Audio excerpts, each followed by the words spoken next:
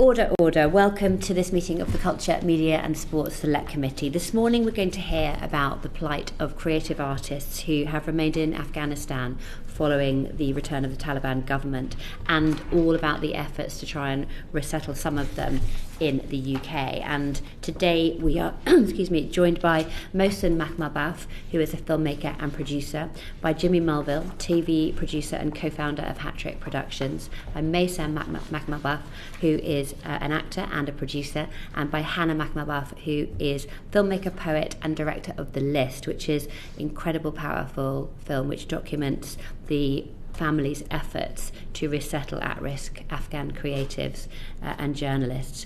So in 2021, as a bit of background, Mohsen drew up a list of 800 people and their families who might face oppression and reprisals for their work between 2001 and 2021. And the film shows the Makhmalbafs liaising with government authorities to try and rescue these people during the evacuation of Kabul. The film is intercut and concurrent video footage taken by people in Afghanistan during the airlift. Jimmy Mulville has been very supportive in helping the family raise their campaign and the awareness of the plight of remaining artists. So I thought that would be a little helpful background for anybody watching our discussions today. So first of all, thank you all for joining us today. We're really, really grateful that you've taken the time to come and speak to us. Before we begin, do any members have any interests that they wish to declare? No, thank you very much. So I'm going to start with the questions, and it's quite a broad question, Mohsen, but I want to start with you. What is the situation for the safety of creative artists in Afghanistan, for filmmakers, for visual artists, for writers, and are they being specifically targeted, or are we talking about danger which anyone who's in any way outspoken is facing? Thank you for this opportunity. Today we can talk about Afghan artists at high risk. Actually, as you mentioned, we have a list of 800 artists and their family. When 2 months before Taliban took power, we gathered that list, which was about filmmaker who made film against Taliban, writer who wrote book about fundamentalism, dancer, singer, musician, because as you know, all of those art are forbidden in eyes of Taliban.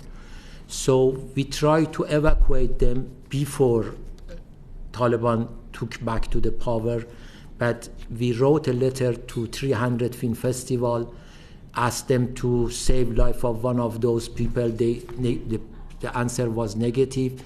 Then we knocked the door of different government.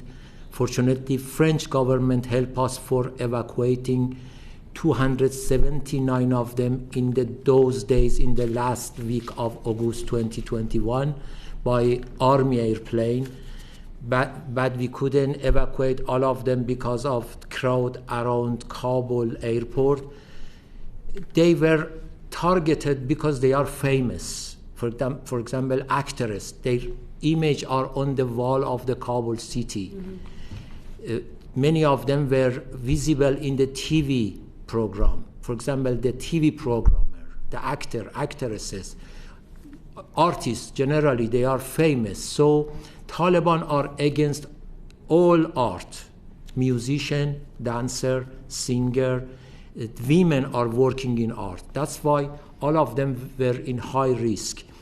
We couldn't evacuate all of them on those days. Remain part, till now, we evacuated 301 person and their family from art activity to France, those who has connection to France. For example, they had close family or they have close friend there. Then by help of Germany, we evacuated 80 of them, those who has connection with the family there or close friend there.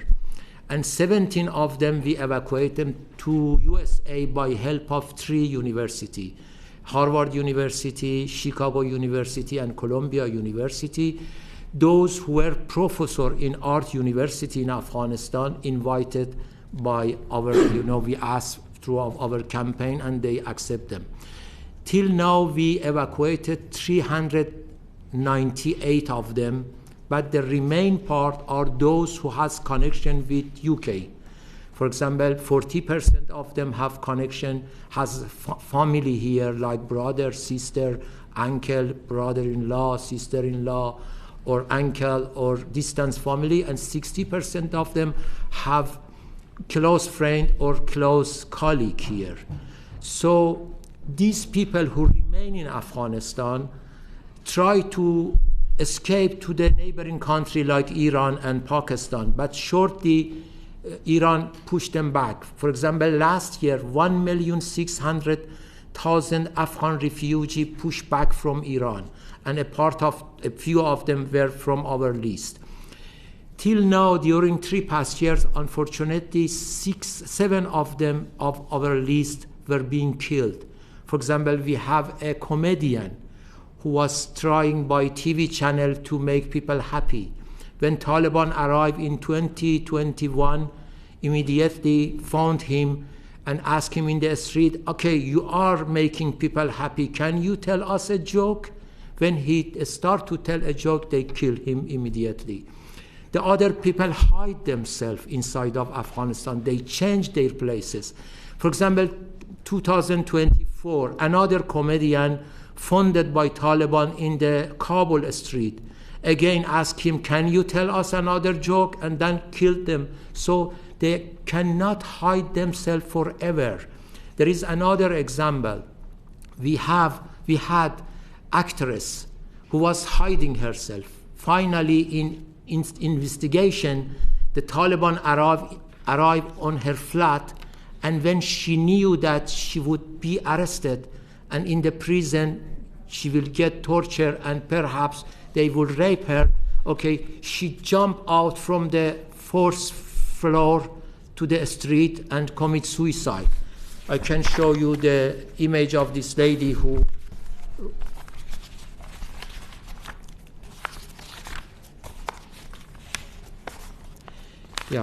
this lady. Another artist who was active in YouTube, Taliban found her, arrest her, torture her, and kill her in prison just because she was giving information about what is happening inside of Afghanistan. She was in our list. We have more of these. For example, last Friday, 5 days ago, Taliban killed 11 Sufis who was using musical instrument. They killed them just because why they use musical instrument. So they are against all kind of art. Really, they are targeted and they cannot hide themselves always. Another example is Minister of Culture. He called me after 1 year of return of Taliban and told me, Mohsen, I heard you are helping Afghan artists to evacuate outside of Afghanistan. I hide myself. He was Minister of Culture. I am hiding myself in the mountain. My family are at risk. Please help my family. Later on, Taliban found their family, put them under pressure, torture them, and the minister accept to be in the prison. So this is the situation. If we couldn't help them to be here, really they are in danger. It's not why. First, they are important. They are educated people. They were brave to talk about situation. 2 decades, they criticize Taliban. So they are enemy of Taliban because Taliban are against any cultural movement, and these are the fruit of 2 decades of democracy in Afghanistan. Bringing these people here is not just saving life of individuals, it's also save of culture.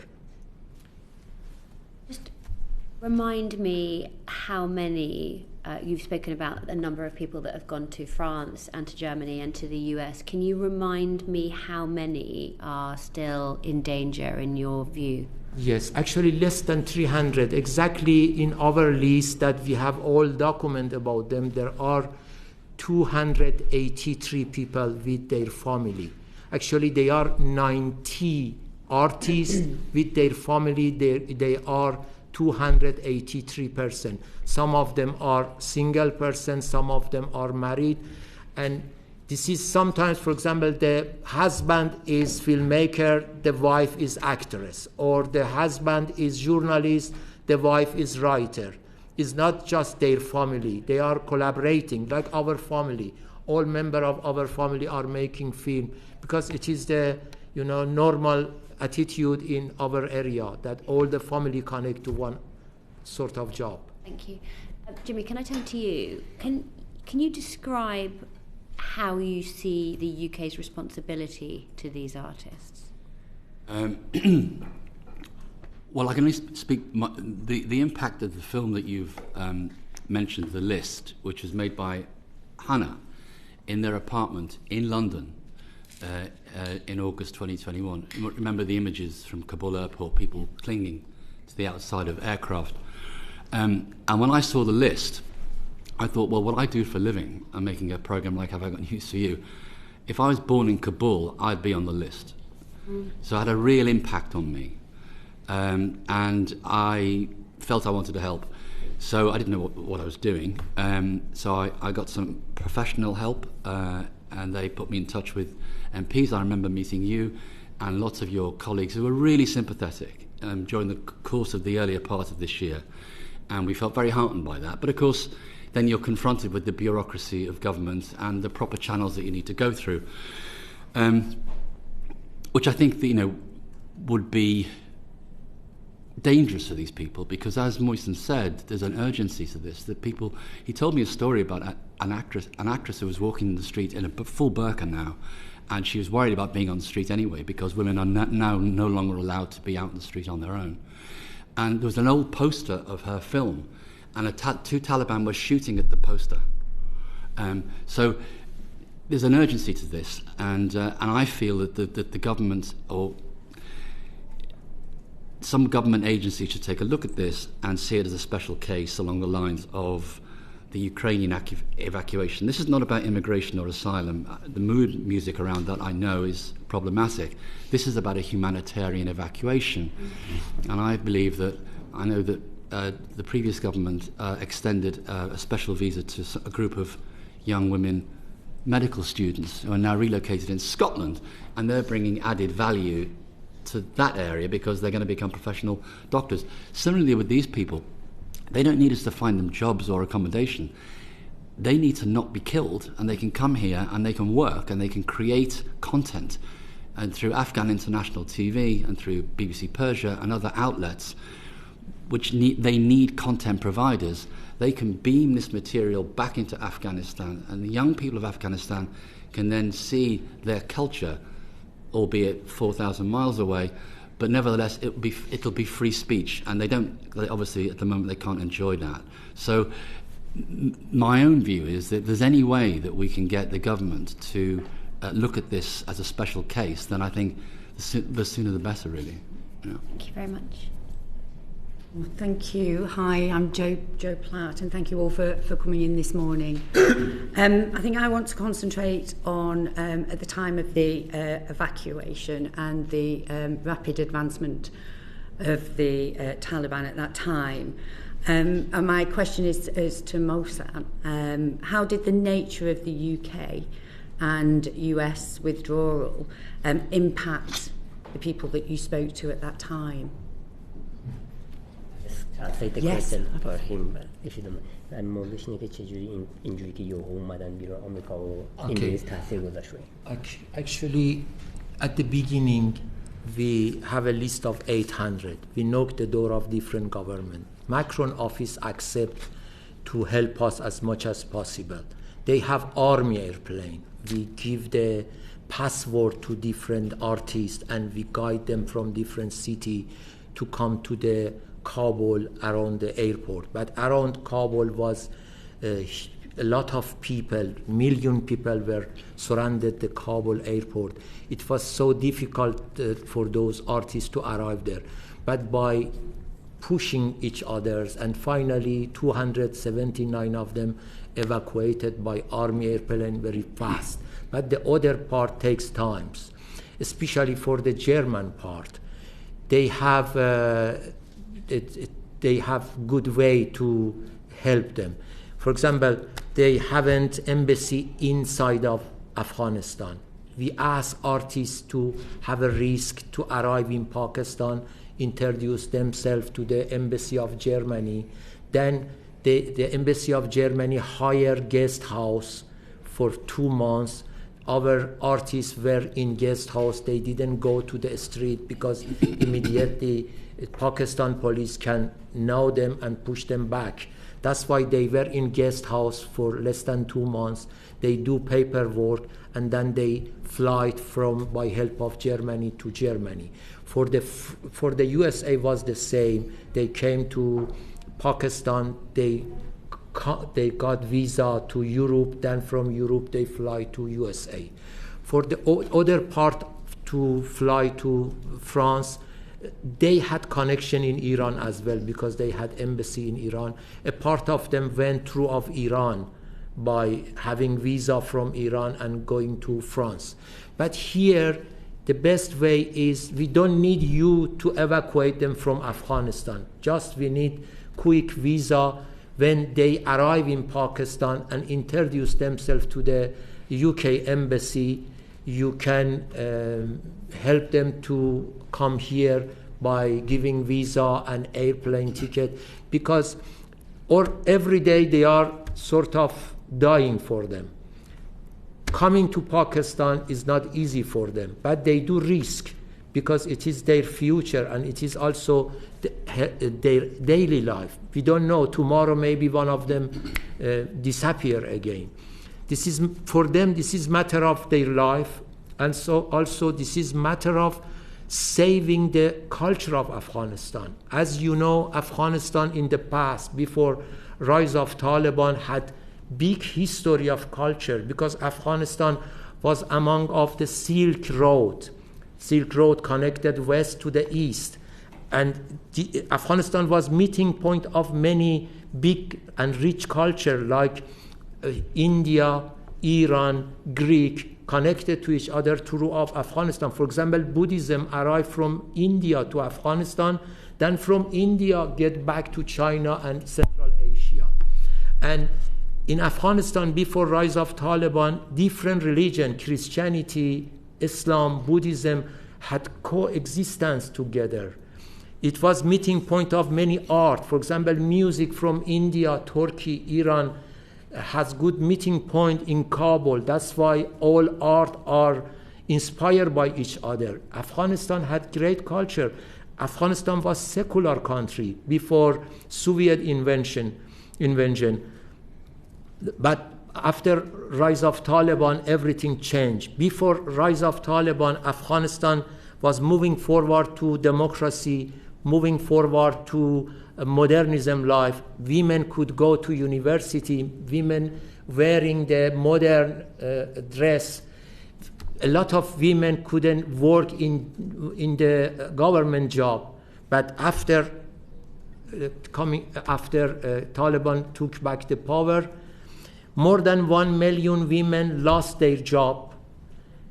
More than 1 million women lost their opportunity to go to university and high school. As you hear in the news, the girl over 12 years old cannot go to the school anymore. Even recently, Taliban announced that women couldn't talk loudly in the street. They are beating them if the women talk with each other loudly in the street. Women couldn't travel without their husband.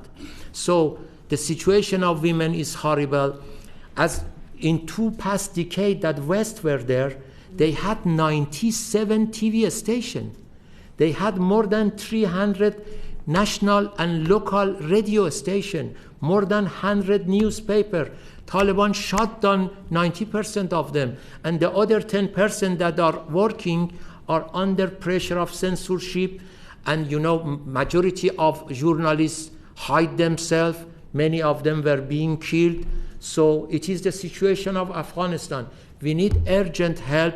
For what? Not just for saving people. This is one of the main reasons. The other reason is our benefit here.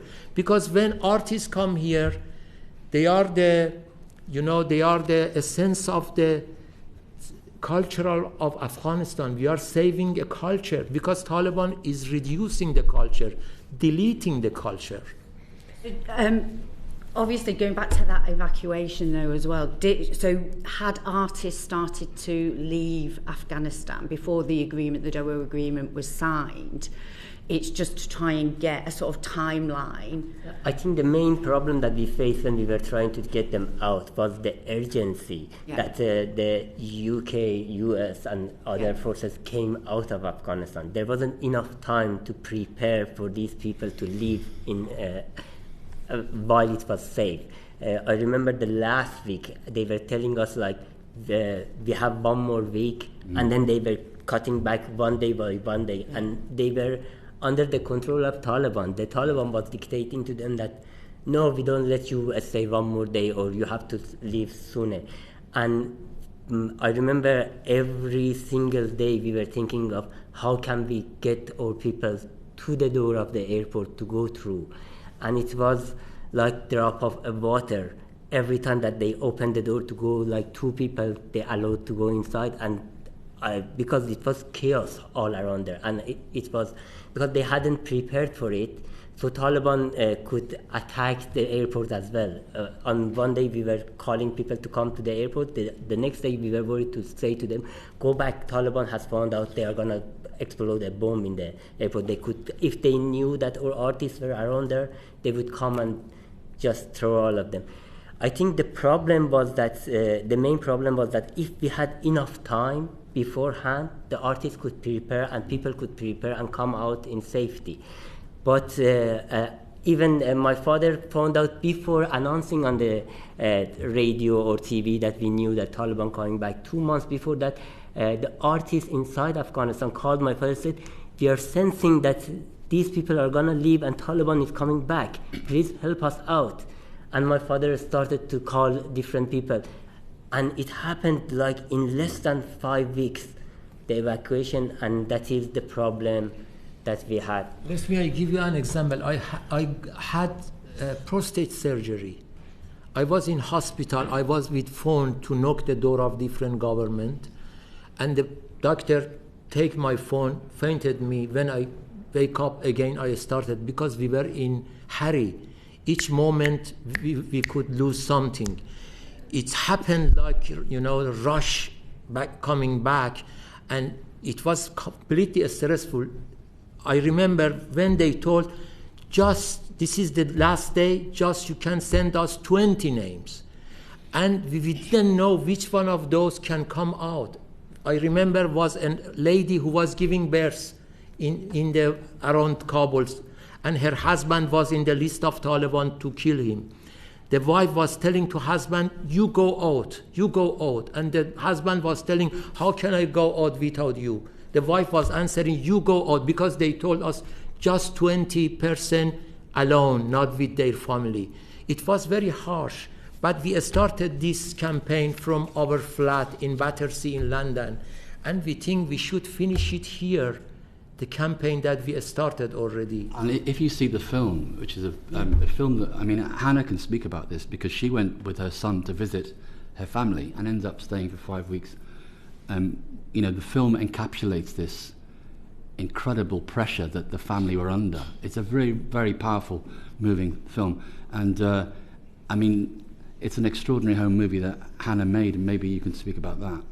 Yeah, we'll come to Hannah in a minute, actually. I'm going to ask you all just to keep your answers a little bit shorter and stay on topic, because we've got a lot of questions and everybody will have their own themes that they want to pursue. Just a follow-up really to that, and it's the UK government's response. So they said that open acknowledgement of preparation for evacuations would have sent the message that the UK were wavering. But how would you respond to that response from this government? Repeat that, sorry? So UK government had said that open acknowledgement of preparation for evacuations would have sent the wrong message, if you like, so that the UK were wavering. How would you respond to that? I think we're all agreed that to go over what's happened, I think has a limited value for us, because in a way we're thinking about what's happening now. Is there's lots to be said about how we left, I think, and I think it wasn't the greatest moment in our history. But having said that, I think we want to remain positive. I think that Britain has always had a great reputation in terms of offering refuge to people who are in desperate need, and I think this is the case in point. Yeah. Okay. Can I just follow up, and it was something, Mohsen, you said earlier about the rich culture of Afghanistan and the importance of that. And I think, just to ask, as creators who have worked in Afghanistan, you've told us about some of that rich cultural heritage. How was it since 2001, if you like? How had that changed? How had that cultural offer changed from artists in Afghan? Actually, all cinema are shut down, all theater, all music for concert are closed. The cinema, theater, music completely forbidden. Dancing. Okay, it was perfect, because as you see, they had 97 TV channel, more than here. Okay, it was a moment that many young people, women, could go to a school, to university. For example, I was there and I was teaching cinema to young people, and they had great movement of cinema for young generation. A lot of painter, a lot of choreographer, a lot of dancer, a lot of musician. Those 20 years was a peak of freedom of speech, was a peak of practicing democracy. It was very good, but at the same time full of violence, because West lost more than 3,000 soldiers, and Afghan people lost more than 160,000 by Taliban's attacks. But at the same time, freedom of speech was much, much better than all Middle East. So it was that's why we say saving these artists is not just saving individual, it's saving the fruit of those 2 decades. It's saving the heritage of the Afghan culture. It's also, when they come here, they are the voice of voiceless people of Afghanistan nowadays. They could let us know what is happening on the ground in Afghanistan. And also they could teach the value of democracy and freedom to the Afghan people. Imagine that nowadays Afghan children are under the education of and the way of teaching of Taliban. Next generation, we have a lot of terrorist idea by this kind of education, religious extremist education that Taliban give them. So if you want to have open-minded people in Afghanistan, you need colleague here, because we are not a specialist for Afghanistan. But when the artists of Afghanistan come here, they can teach their nation through of social media, through of TV channel. And when they come here, they help you. If you attack by army to somewhere like Afghanistan, attack always brings resistance. But when you talk through of the culture, people get open mind. And it is very helpful, and it's full of benefit for here, because it is not the end of work. Taliban reproduce terrorism. Again, West thinking about how they can face them. You need open-minded people there, through of these cultural activists, if they are here. We have example of 3 TV channel, BBC Persian, for example, is teaching them, giving the news every day. Afghanistan International is a new TV channel, headquarters is in London. All of the Afghan culture and artists are working with them 24 hours, 7 days. They are giving news for the Afghanistan. Another TV channel is AMU. All of them created by the artists that they come outside of the Afghanistan. We need more channel. We need more voice. Thank you. Thanks, Joe. I'm going to ask you to be a little bit shorter with your questions because we've got quite a lot to get through. Thank you. James. Thank you, Chair. Good morning, and thank you all for being here.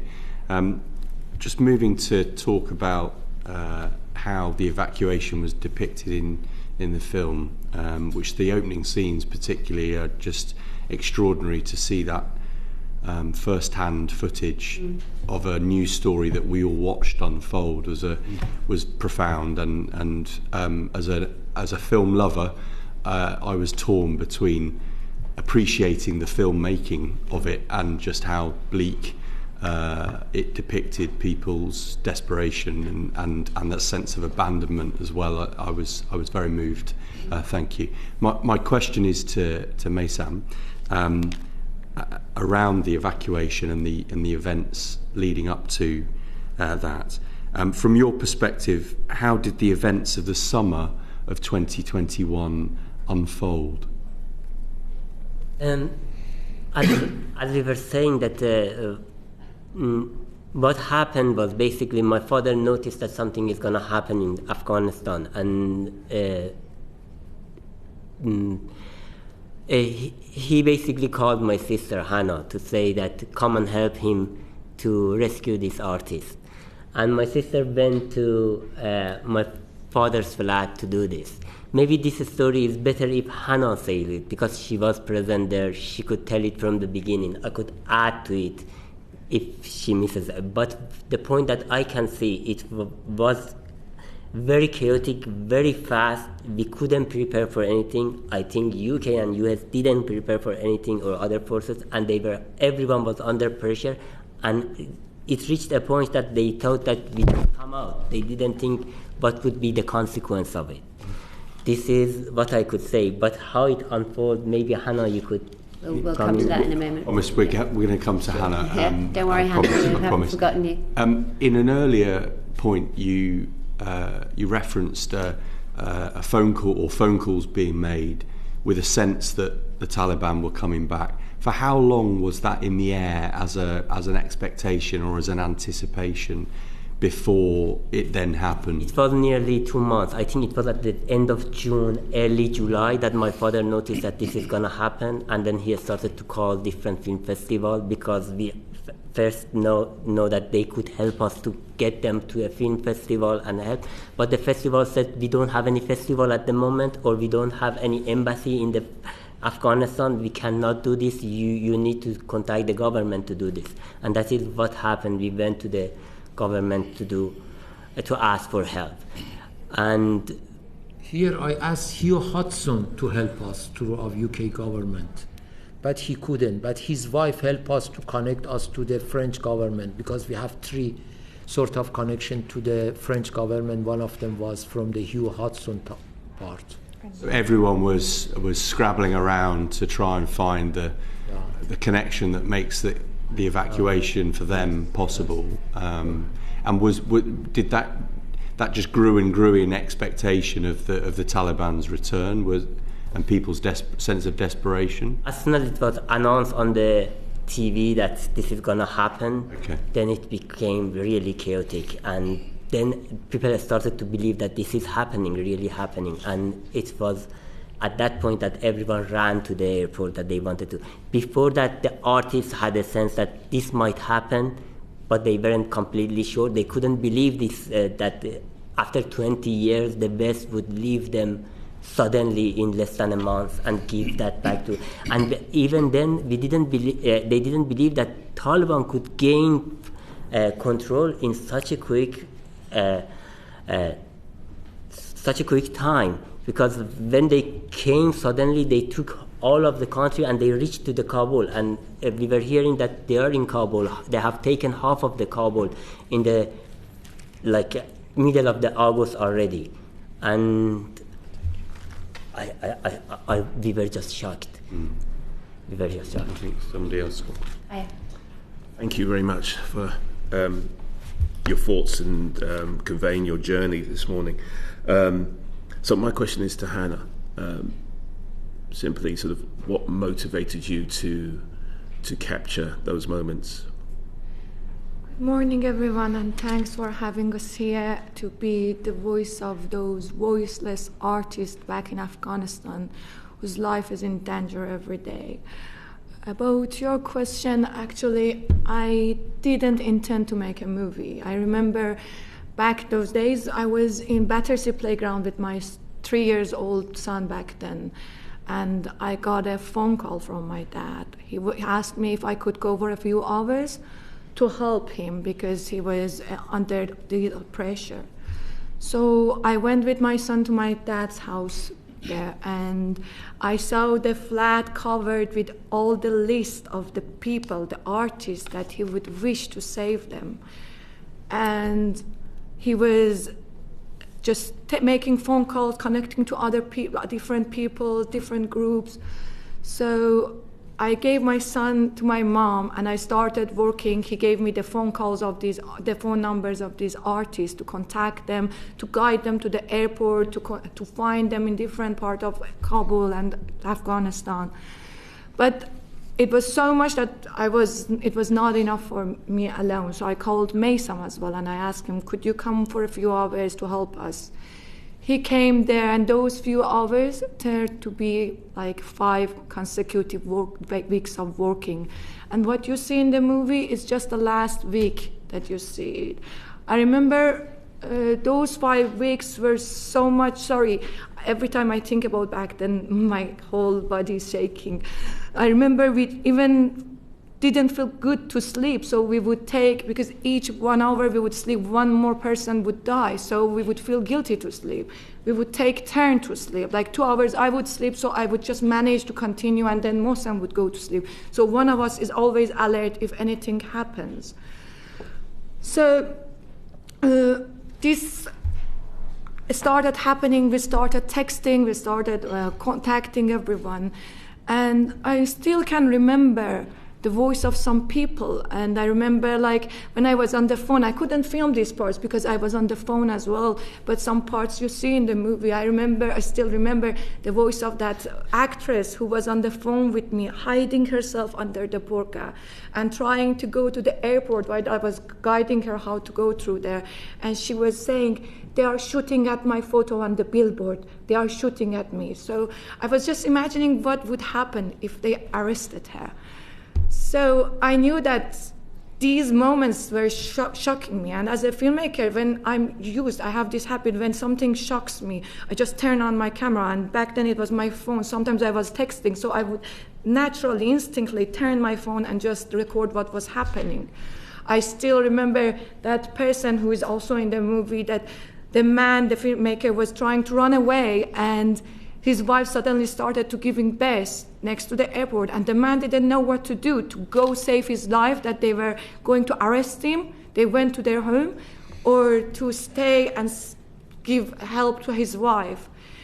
And I also remember that day that I was on the phone trying to help that woman who was a dancer, whose child was with her as well. And she was asking me what to do because she was next to the airport for 3 days, and her 3-year-old son was sick. And she was asking me what to do. He was thirsty, and suddenly I heard a noise. It was the bomb explosion. And after that, the only thing I could hear was the screams of people begging us to help them. So this was the reason I knew it's not enough just to help them. I have to record it. I recorded some of the moments that I could, and those 5 weeks passed, and the world moved on, and they went to other stories which are happening around the world. But my dad, Mohsen, kept on knocking on every possible door to bring the remaining artists outside. But I remember one day we were walking together in the park, and he said to me, you know what is the problem, Hana? The problem is that the world has forgotten these artists, but those people haven't forgotten that they are in danger. They are living hidingly. They can't hide themselves. They were in TV. They were dancing. They were the famous people of Afghanistan. So, and Taliban, when they come back, of course, they are dangerous for everyone. But they wouldn't go firstly to a baker and kill them.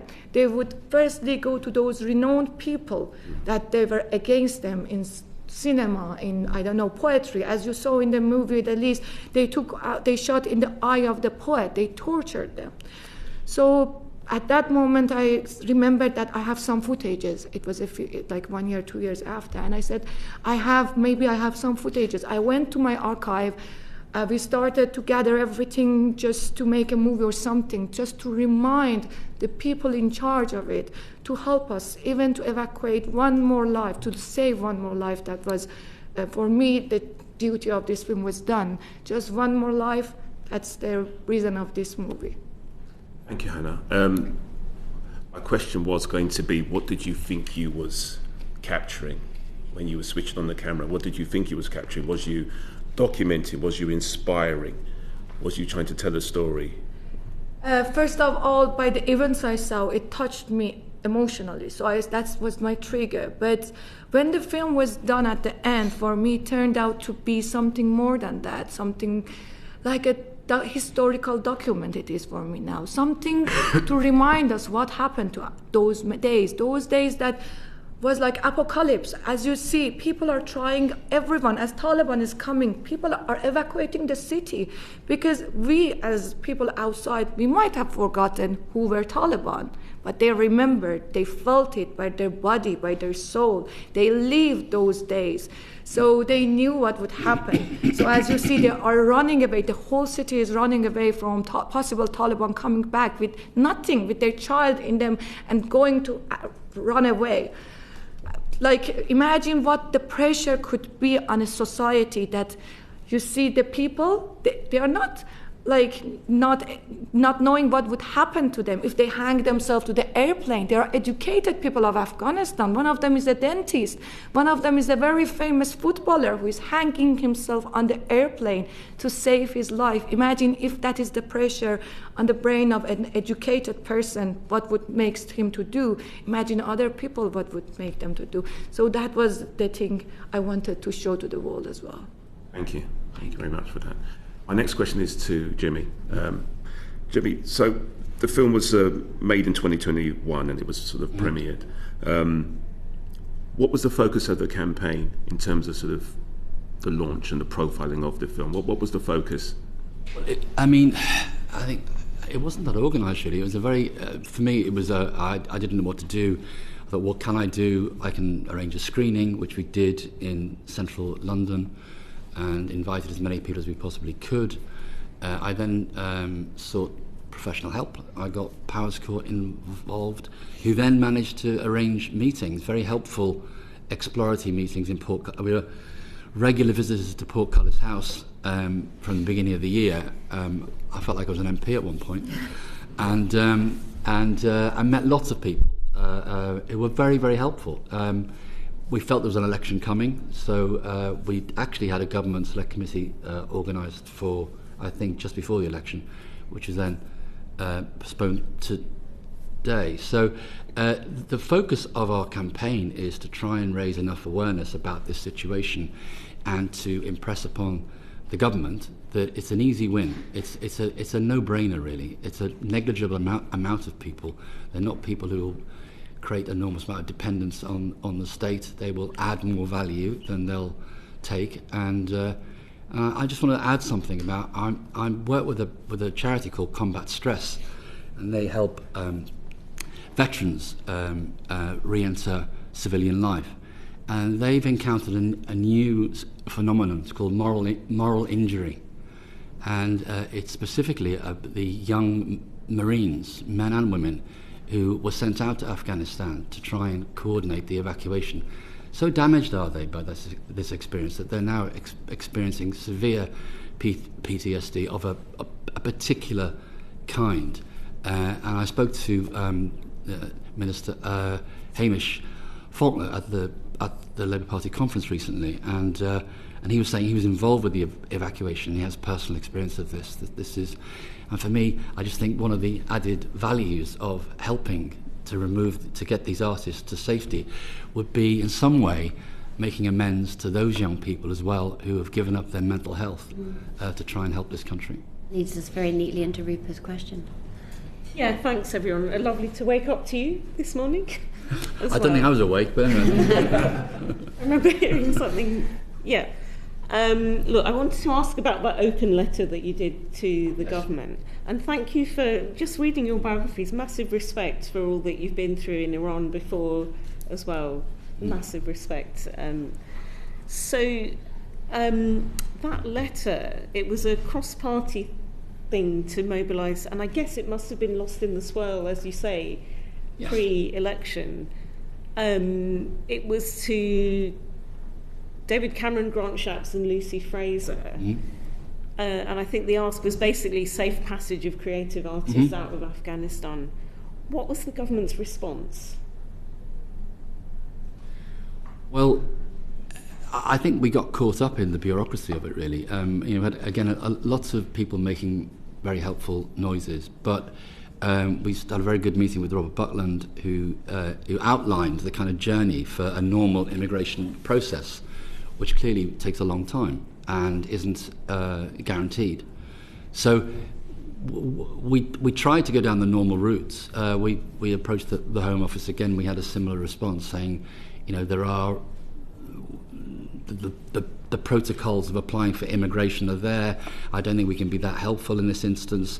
So we're kind of coming up against bureaucracy, which is there for a reason. I'm not saying it shouldn't be there, but I think this is a kind of extraordinary situation which sits outside of those things, and I think it needs an extraordinary remedy. So we've gone down this road, but we're not getting very far very quickly, which is why we're grateful to be here to be talking to you about it. I mean, was there a sort of sympathetic noises coming back? Was there an official reply, or did it literally get lost in the ether? We've had lots of sympathetic noises saying, yes, it sounds terrible and we'd like to help, but there's been nothing concrete.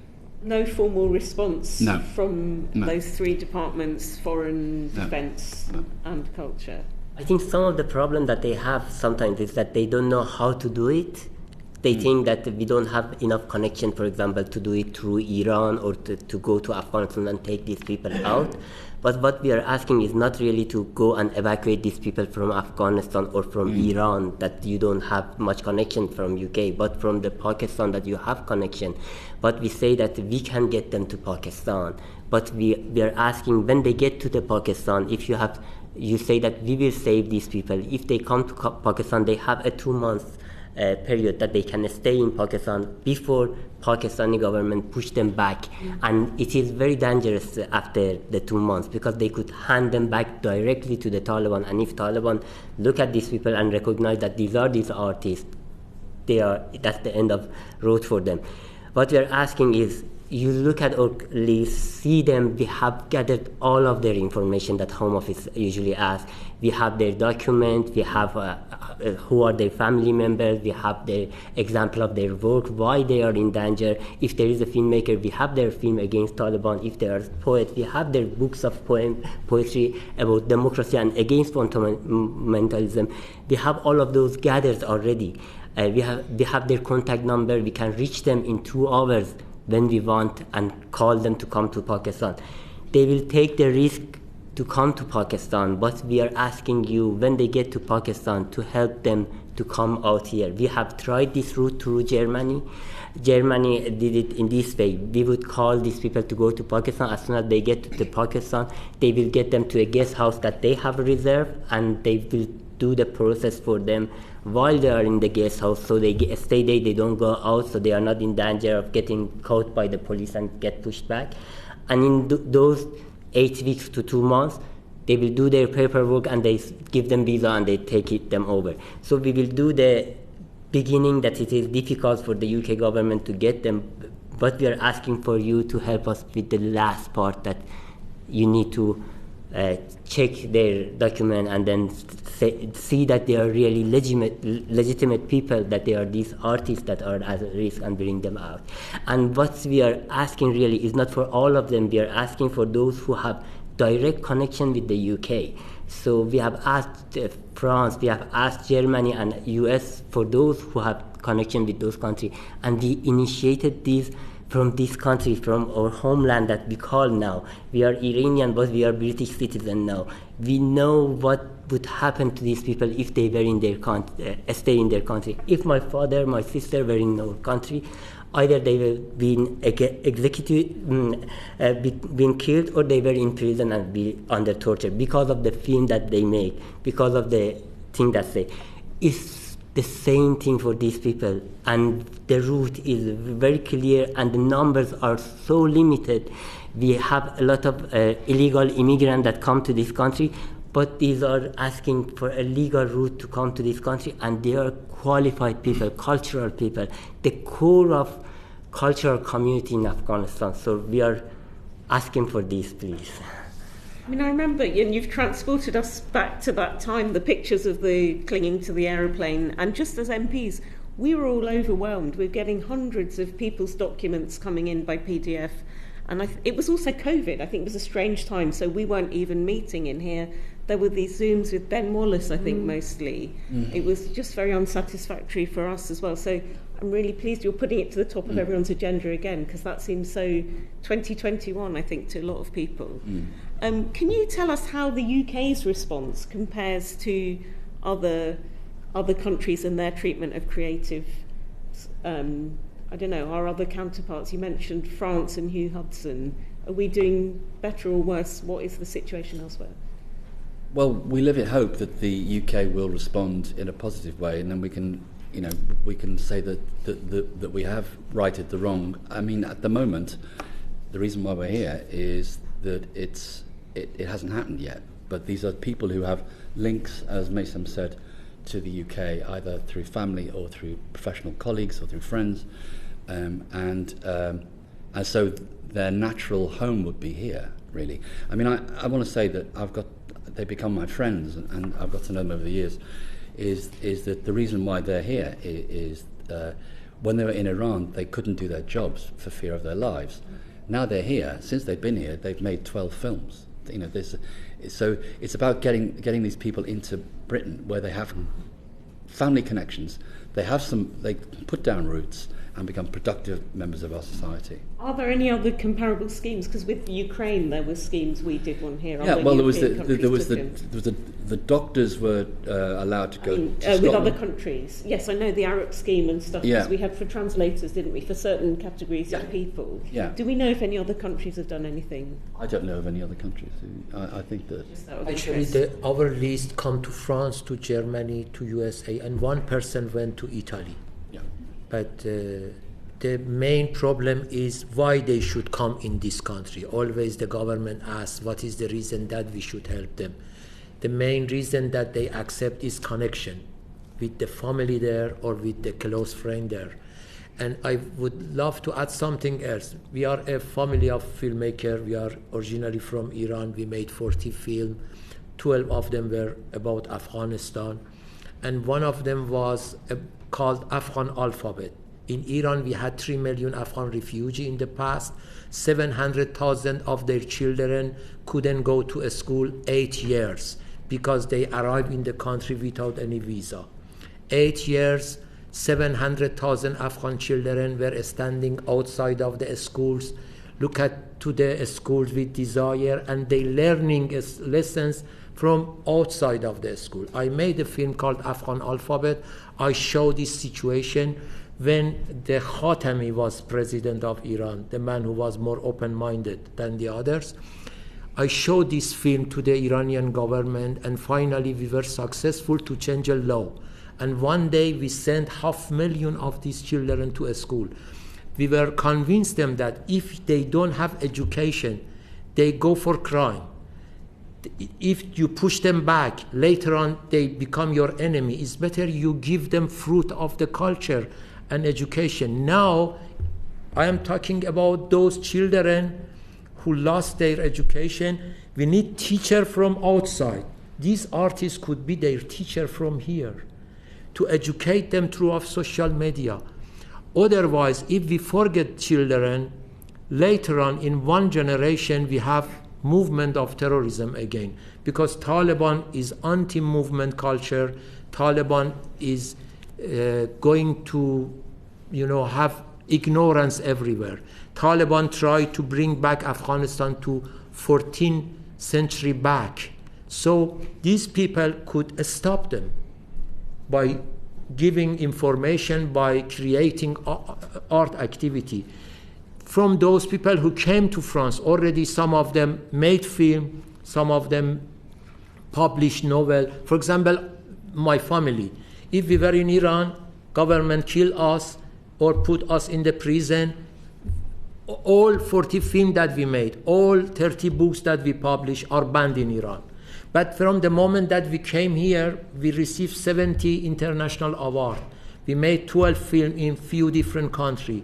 So we were active and we could send message to Iran and we could be voice of voiceless people of Iran. As you see, Iran and Afghanistan somehow are the same.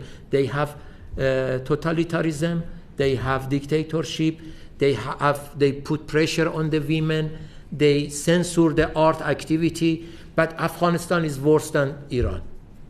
They could come here and be your colleague. They could be ambassador of democracy here. I remember actually at that time I was reading that book, Khalid Hosseini, 1,000 Youth, Splendid Sons, with my son who had to do it for A-level. And it was about how the Taliban it was so sad that everything had reversed. It ended very triumphal, that blah, blah, blah.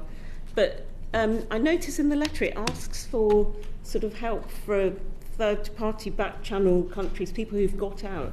Did they ever put the argument to you? I can imagine the way government thinks.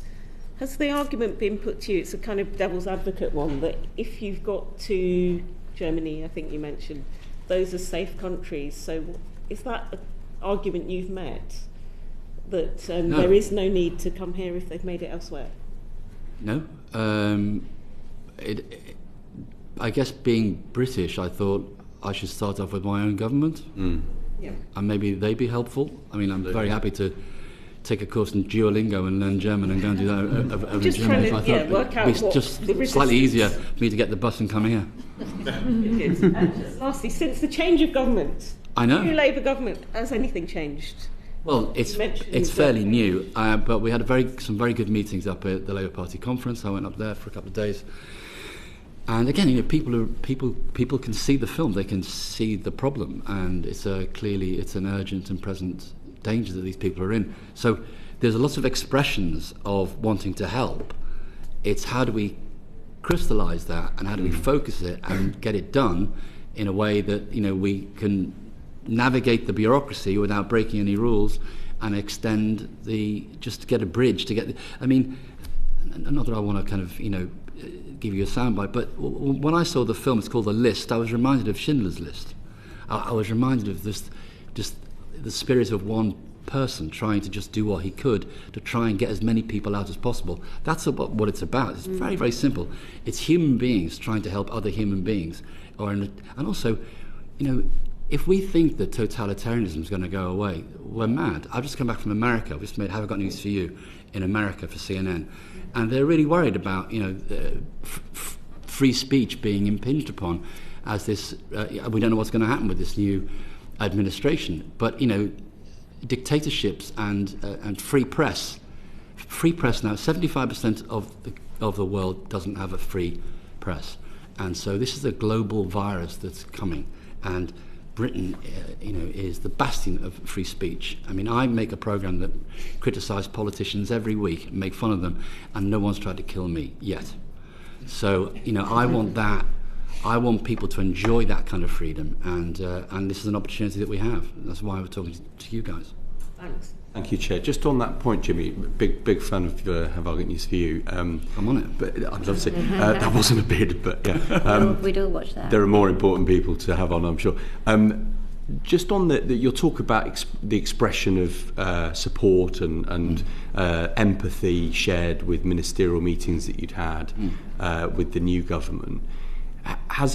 Were there any clear terms or criteria expressed to you as to what more needs to be done to, if you like, a clunky term, but qualify for it's a good. some plan. That is the question. That is the central question. There's a lot of expressions of empathy and sympathy, but the subtext is a bit of hand-wringing about how do we do it. And you're grabbing a conversation with a Labour politician at the conference for half an hour over a coffee. We're not going to come up with any solutions. My job up there was to create some kind of bridge and to get some access to people, and then to follow it up after that. So the next few months we are going to go on a more of a campaign. This is about raising awareness, really, and getting on people's radars to think about, because I know you're all really busy people. It's about getting the amount of bandwidth that we can concentrate on coming up with a clear way of delivering. This is not a big deal. This is 281 people who will come here and create their own living and add to the culture, and in doing so we will do all kinds of side benefits. The military, I think, see it as a win for them, because I think that a lot of them are sitting at home thinking, why did we spend 20 years in Afghanistan? What's the block then, do you think? Because it's such a if I'm honest, fraction of a number. Earlier on this year, I think in Portcullis House the feeling was the election's coming, and anything around immigration I think was a difficult thing to embrace. And this is, I keep saying, this is not immigration, it's not asylum seeking, this is a humanitarian evacuation similar to Ukraine.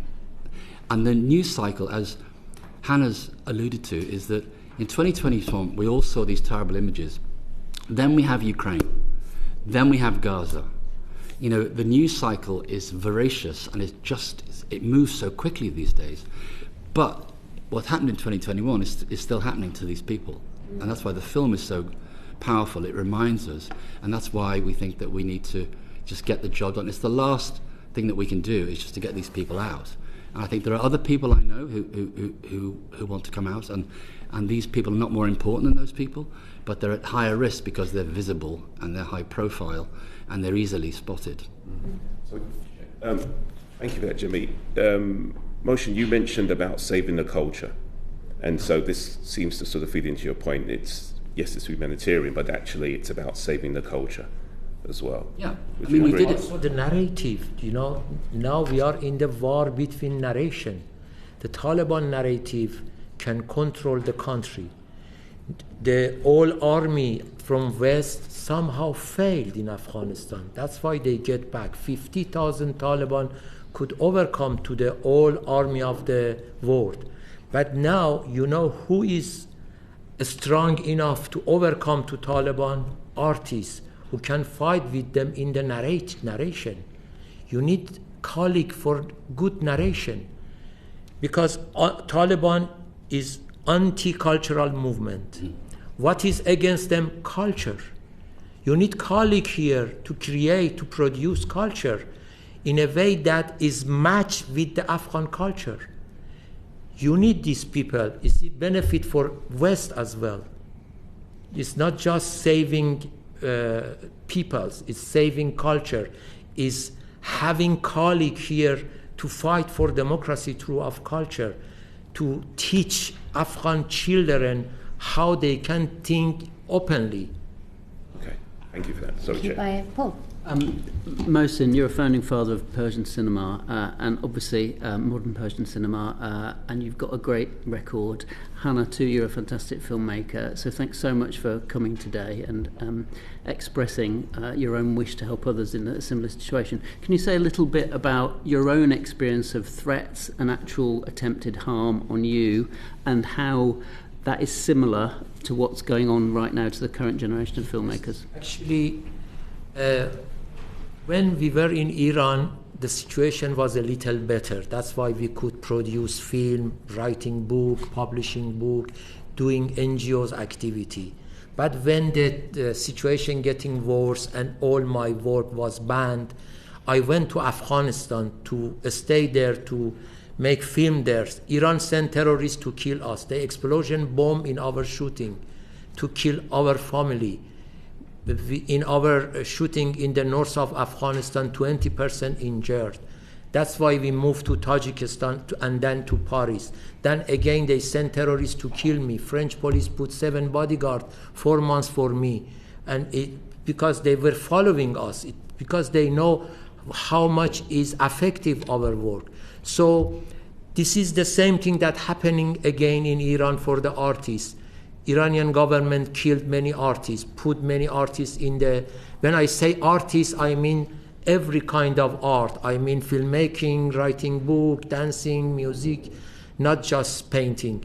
Okay, nowadays, artists are in danger in Iran. You hear in the news that suddenly one of the filmmaker disappear or commit suicide or someone attacked to him like Gardner. But they are the strategy of government to kill them in different way or by accident. So nowadays, totalitarianism in Iran plus dictatorship can control everything, but Iranian artists are more clever. They make film by their mobile phone. They send outside. Or when they come out, they are using social media or TV channel from abroad to talk with the nation. That's why you see every year we have sort of movement. For example, women movement. Few months, million Iranian people were in the street scream because they want to get rid of this scarf on their head. So I think the situation of Afghanistan and Iran are the same because 270 years ago we were the same country. We divided. But the destiny was the same. Both countries had totalitarianism. Both countries has fundamentalism. Both countries, can control, put pressure on women, can control the culture. But awareness in Iran is more than Afghanistan because we had more artists that they were active. The Afghanistan artists are rare, really, because they were more under pressure of this system. Soviet, before Soviet come there, they had secularism. When Soviet came, they brought social realism, just one way of thinking in the way of art. Taliban delete all the culture. The first period of Taliban, they didn't have TV, radio, newspaper. Even if you take image, you were beating. Now the situation of Iran and Afghanistan are the same, but because we have more artists and more active in art and culture, so Iranians are alive. They wake up. They don't like this regime. This is the problem of, they can control the country, but they cannot manage the country. The Iranian government is so fragile because we have 3 million PhD in Iran. But Afghanistan, 20 years was, cut out of having education. Imagine that. If you shut down TV channel and radio, and if you close the university, if you don't let girls go to high school, in 20 years, what would happen to this culture?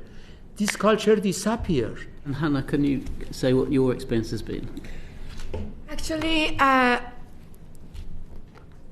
one of them, actually. I'm one of those artists. I lived their life. I was in Iran back then in 2009 when the Green Movement happened. I was in the streets. The same thing, it touched my heart, what was happening in front of me.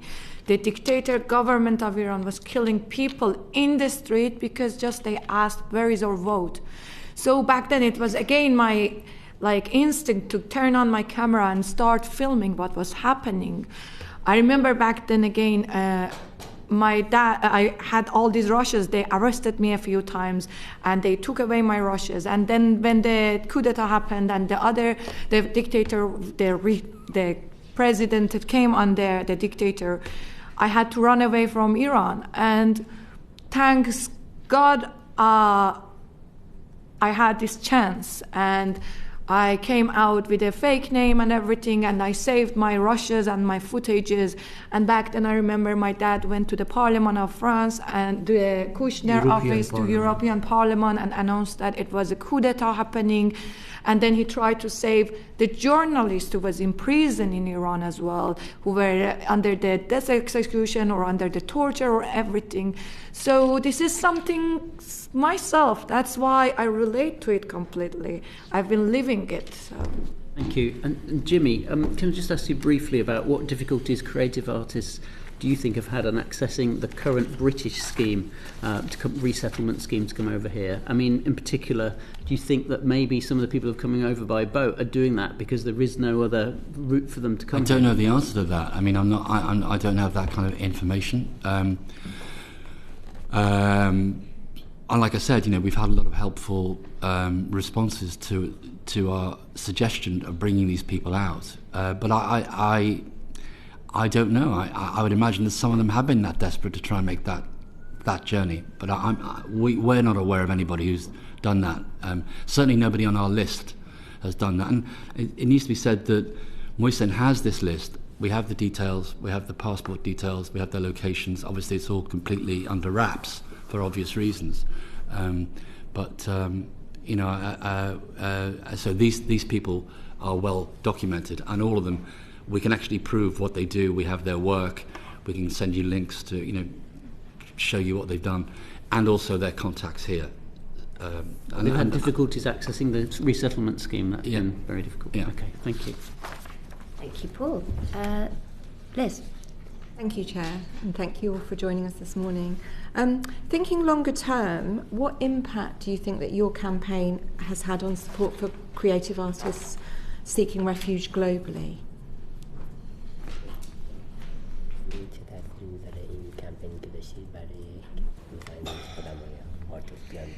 Actually, in my experience, campaign can affect on journalism first, but at the end we need response from government.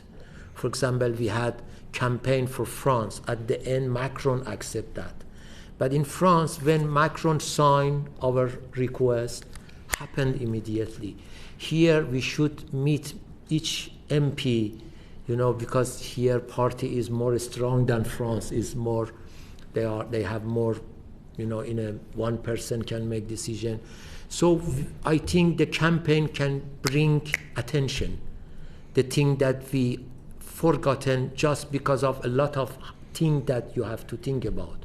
For example, you have Ukraine, you have Gaza, you have economical issue. So this campaign can bring attention for those things that is important but forgotten. I think it's very important that we are here. You help us to be here, and you help us to connect us to government better. Because if you push government to listen to us, I think we have enough reason to convince them. It is not just for them, it is also for you. Because you need people from Afghanistan to be aware of the news every day. You need people of Afghanistan here to help you to fight with anti-movement Taliban, anti-movement of the culture in the Talibanism. So I think the campaign is the only way that we could have. But sometimes when the international issue is happening like 2021, when you knock the door of different government, they answer you faster. But when the issue getting high, the answer needs time. Now we are in this moment. Sorry, Mohsen, it's a very interesting question you asked, though, because it made me think about other cultures where I read recently, you may have read it, that the Chinese government shut down a bookshop in Hong Kong because they thought the books were dangerous. That's an interesting, I'm curious about that comment, that a government finds a book dangerous, because these kinds of governments, they do find thinking is dangerous for them. Yeah. So disobedience, as we know, creative disobedience, conscious disobedience is a good thing, because if you're disobedient to a system you don't believe in, that's how you change it. They don't allow that. Art does, and free expression does. So I think it will resonate with other communities, because other communities are going through something similar, I think. So do you think there's a tendency internationally to think of or treat creative artists as not in danger or in need of refuge? Possibly, yeah. Well, certainly. I mean, ironically, these people have been successful. When the Taliban weren't in power, they were very successful. And ironically, that success has put them in mortal danger. If you're successful in a free country, it's a good thing. It's a benefit to you and to other people around you. Here, it actually has put a death sentence. So I think I think there is an assumption that if you're a creative artist, life is good, but not in countries like this. Not in countries where an actor jumps out of a window rather than get caught by the Taliban. To add to that, to know why they are important and they have influence over the country, these artists at the beginning, they were talking to the TV outside. And the government said that these people, these artists, anyone who talks to Afghanistan International in London, in British BBC Persian or other TVs outside, we will kill them. So it shows that these people, when they talk, they have influence over the society. So that's why we are asking them to bring them out so they can talk back to the country and they can help shape the next generation of that country to be more open-minded, to be an ambassador of the democracy of the West into the Afghanistan. And there are very few people that could do this in Afghanistan, and these are the core of the culture. So we need to help them, really. Would you like to say something? Actually, I just remembered I made 2 other movies about Afghanistan. One of them when I was 13 years old, and it was just the moment Taliban had left the country. And I remember that movie is about the fear of women who are under the burqa, and we are trying to bring them in a movie to act, but they are scared. If Taliban returns, what would happen to them? And this is what really happened to them. Taliban returned. At that point, it was something like vague for me. Why they are scared? But this happened to them. And I also made another movie when it was 17 years old, which was in Berlin Film Festival in 2007. The movie was about the children and how war and terrorism affect them. Because during back before these 20 years, all the time the world was putting violence on Afghanistan, Soviet Union, internal war, America even attacked them. Everyone was bringing them war, violence, in the hope of democracy. But these past 20 years, these people had a bit of window open to breathe a bit of culture, education, and then we are closing it back. And that's the hope that we have now. 20 years ago, if you asked us, we were like, oh, there is no hope because there is nothing. But now we have these educated people that you educated them, the opportunity gave them education. So now we can send them back instead of bomb to these children, this education, this culture back. One time, instead of bomb explosion from America, from UK, one situation to send them back all this art, all this culture, and these are all our soldiers that you raised in Afghanistan during the past 20 years. I am a soldier of culture as well. With my camera, I'm shooting the ignorance of people. So these artists, they are our soldiers against Taliban here, shooting the ignorance of people. The trial of Taliban to put people in darkness, they shoot those prisons and cages. So that's why I think these people are really important. Thank you very much. That's very powerful, Hannah. Very powerful. And finally, James. Thank you, Chair. That was very eloquently put, very powerfully put. Thank you. You've talked about the creative arts flourishing between the 2001-2021 period.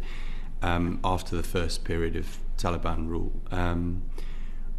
Should we have expectations of seeing what comes next for Afghan artists that are still in Afghanistan? Does it become a resistance movement? Is that overly romantic as a notion when you talk about this being a survival and hiding from execution and torture?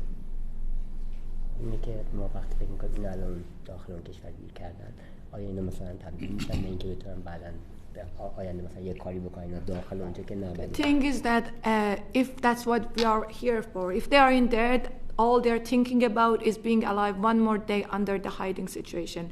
Imagine if the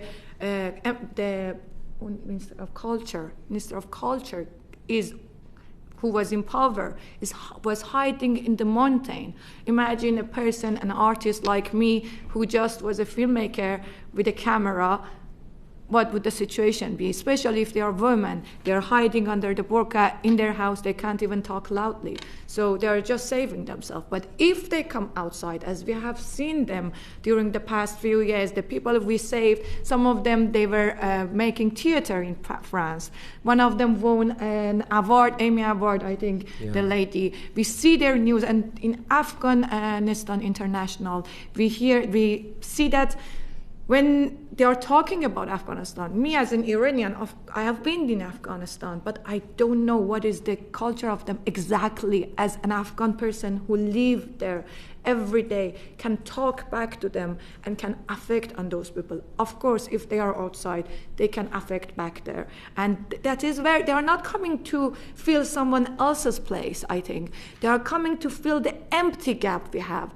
When we are when they were looking for people to work in Afghanistan International, or when they are asking for people to talk in BBC Persian about Afghanistan, we lack people that are very educated and are aware of the situation back there. So I think we need them to be here of their own voice. Hopefully one day, instead of me and my father and my brother as Iranian artists sitting here, themselves sit here and talk about their issue, to not we as Iranian people and artists. Thank you, James. So, as a committee, we're going to consider everything we've heard from you today, and we will present our thoughts to the government. But if the government was sitting here in our place today, and you had a short message for them, what would it be? What would it be, Jimmy? It'd be do the right thing. And it's very little cost to the government in terms of, like I said, these are people who, to your point, James, is that they can create artistic resistance to a totalitarian government only if they're here. They can't do it there because they'll be killed. So the pen isn't mightier than the sword in this respect. And so really, I think, I don't know what the reason why they wouldn't do it. Often in life, I think there are things that you can't not do. And when I saw this film, I thought, I can't not help here. And I think any government with a conscience should look at this and say, I can't not ignore this. I have to do something about it. It's the right thing to do. On all kinds of levels, we've explored it this morning over 90 minutes, is that I just can't see any reason why we wouldn't do this. No. Does anyone have anything to add? Actually, we believe that art and culture is like light that we put on darkness to make visible invisible thing. Afghanistan is dark now. We need this light. Also, art and culture is like mirror in front of the culture. When you go in front of mirror, you want to check your face to change if something is wrong. We use culture and art like mirror in front of society to let them change something wrong in their faces. We need this light. Also, culture and art is like bridge between different culture and country. Now, this bridge is collapsing. We ask UK government, don't let this light turn off. Don't let this mirror break. Don't let this bridge collapse. And I thank all of you for your evidence today, but also for your incredible work at raising the plight of people, creatives in Afghanistan. I think we've all taken a lot from what you've told us today, and we will consider between us how we take this forward and how we can send a message to the government on your behalf as well, in how it can support those that are most at risk. But thank you very much for your time. Thank you very much. Thank you. Order.